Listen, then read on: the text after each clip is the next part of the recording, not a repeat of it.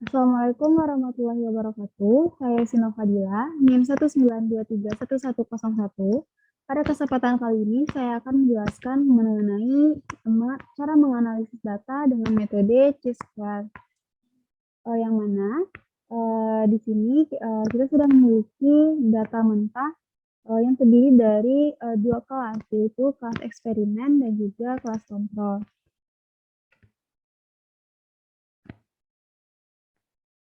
Yang mana di sini terdapat kelas kontrol yang berjumlah kelas eksperimen yang berjumlah 21 orang dan juga kelas kontrol yang berjumlah 20 orang.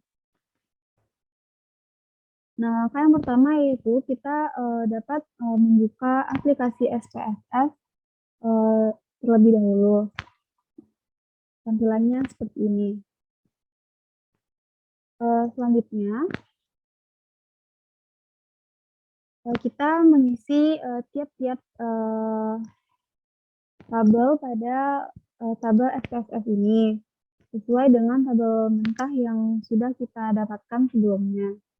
Yang mana untuk bagian nama ini kita bisa mengisikan bagian ID siswa, kelas, dan juga skor tes.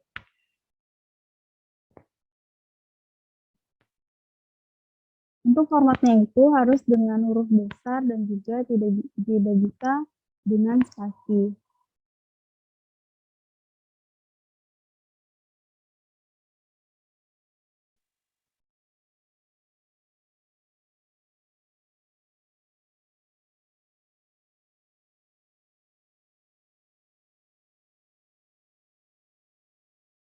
Selanjutnya kita akan mengisi bagian tipe, yang mana bagian tipe ini kita sesuaikan dengan data dari tiap data mentah yang akan kita analisis. Yang mana untuk bagian ID siswa itu karena ID siswa itu bisa berupa nama siswa atau pada data mentah kita itu dapat berupa beberapa kode-kode, bukan berupa angka, sehingga kita dapat mengisikannya dengan string. Selanjutnya kita tekan OK. Nah, selanjutnya itu bagian kelas. Untuk kelas itu terbagi atas kelas eksperimen dan juga kelas kontrol, sehingga ini itu dapat kita kelompokkan sebagai numerik. Nah, begitu juga dengan skor tes. Skor tes itu berupa nomor atau angka, sehingga tipenya itu kita tipekan kepada numerik. Nah, selanjutnya itu ada weight. Nah, untuk weight itu adalah lebar data atau patokan berapa data atau angka terpanjang yang akan dimasukkan ke dalam data. Yang mana di sini bagian ID siswa itu tidak terbatas, itu biasanya nama siswa. Nama siswa itu kan panjang, jadi kita bisa mengisikan 8. Nah, untuk bagian kelas dan skor tes, itu harusnya bagian kelas itu ada 1 dan bagian skor tes itu ada 2. Itu kelas itu maksudnya kan ada 1 dan 2, sehingga lebarnya itu ada 1.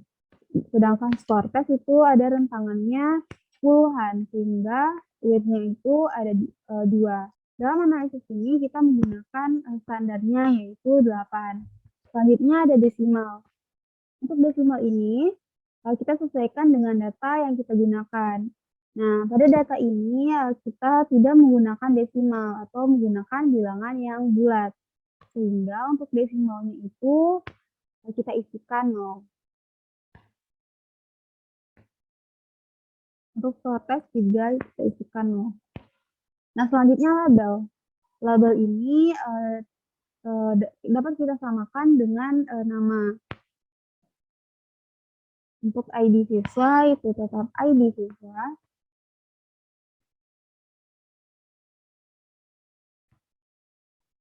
Untuk kelas kita tuliskan jenis kelas. Dan untuk skor tes itu kita bisa tuliskan skor tes juga. Seperti itu. Nah, selanjutnya ada values. Nah, values itu merupakan kode yang diberikan jika data memiliki kategori. Nah, misalnya di sini ada pada kelas. Kelas itu memiliki 2 kategori, ada kelas eksperimen dan juga ada kelas kontrol. Nah, sehingga kita dapat mengeditnya pada bagian titik 3 di sini. Untuk kelas pertama itu kelas eksperimen. Kita tuliskan kelas eksperimen. Selanjutnya kita tekan add sehingga muncul seperti ini. Selanjutnya untuk kelas kontrol kita tuliskan filenya 2 dengan label kelas kontrol. Selanjutnya kita tekan add dan sehingga tampilannya seperti ini. Selanjutnya kita tekan OK. Nah, sedangkan untuk ID siswa dan skor tes itu sudah memiliki kode, sehingga kita mengisikannya non saja. Selanjutnya ada missing. Missing sendiri adalah data yang dianggap hilang atau yang tidak diikutkan dalam penganalisisan data. Namun pada analisis data saat ini kita tidak menggunakan missing, sehingga kita dapat mengisikan non pada bagian missing pada tabelnya. Selanjutnya ada kolom. Kolom adalah dalam menentukan kolom itu adalah lebar kolom pada data view, yang mana semakin besar nilai akan semakin lebar pula tampilan dari kolom. Nah, di sini kita menggunakan standarnya yaitu 8, disamakan dengan width tadi. Selanjutnya ada align, yang mana ini adalah posisi dari data yang akan kita masukkan kepada data view. Yang mana untuk ID siswa itu kita atur letaknya di bagian kiri, kelas itu rata kanan, dan sedangkan skor tes itu ada rata kanan juga. Nah, selanjutnya ada measure. Nah, untuk measure ini merupakan jenis data dari masing-masing data yang akan kita masukkan. Untuk bagian ID siswa itu karena jenis datanya itu adalah pemisalan atau tidak merupakan tingkatan atau angka-angkanya itu tidak berarti angka gitu. Jadi dapat kita isikan nominal. Selanjutnya ada kelas. Kelas juga dapat kita gunakan nominal. Nah, sedangkan skor tes adalah data yang akan kita analisis sehingga kita dapat menggunakan scale atau skala. Nah, setelah semua data kita isikan, selanjutnya kita masukkan data mentah yang sudah kita dapatkan sebelumnya tadi ke bagian data view. Nah, sebelumnya di data view ini sudah ada ID siswa, kelas, dan skor tes sesuai dengan yang sudah kita isikan pada variabel view. Ini kita kopikan bagian ID siswa, kelas, dan skor tes pada data mentah yang ada di Excel.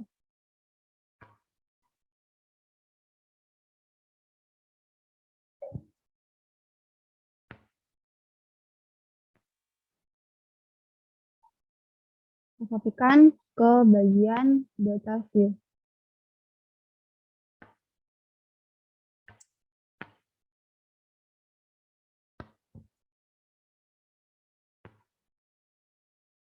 Nah, setelah data masuk akan muncul tampilan seperti ini.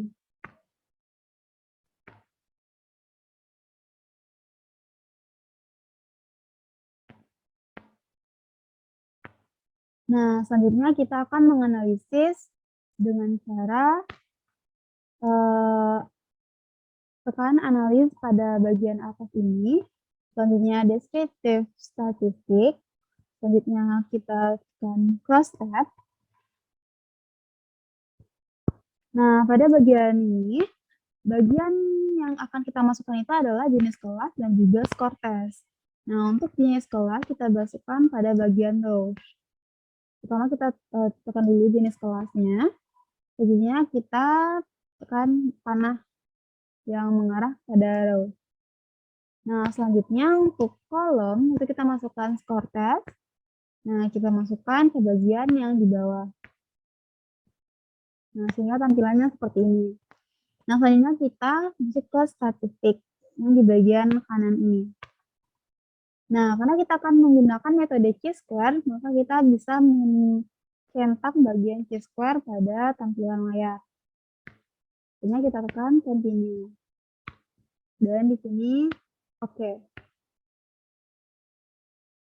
kita dapat menunggu beberapa saat hingga muncul data seperti, pada layar.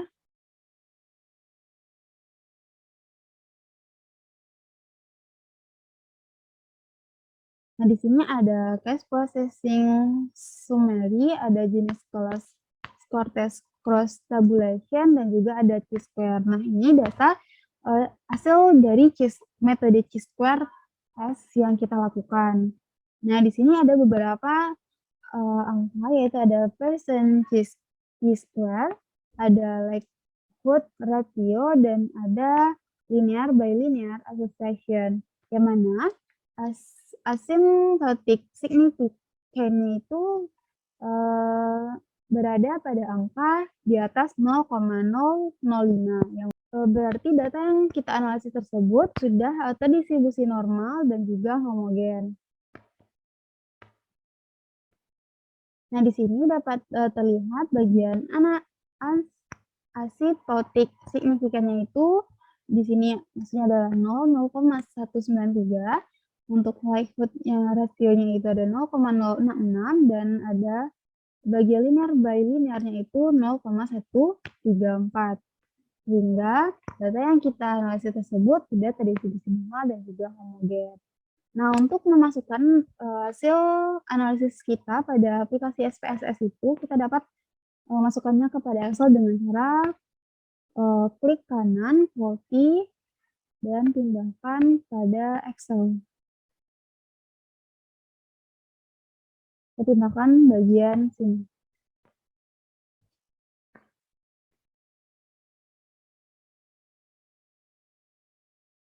Baiklah, sekian, hasil presentasi dari saya. Kalau yang kurang saya mohon maaf. Wassalamualaikum warahmatullahi wabarakatuh.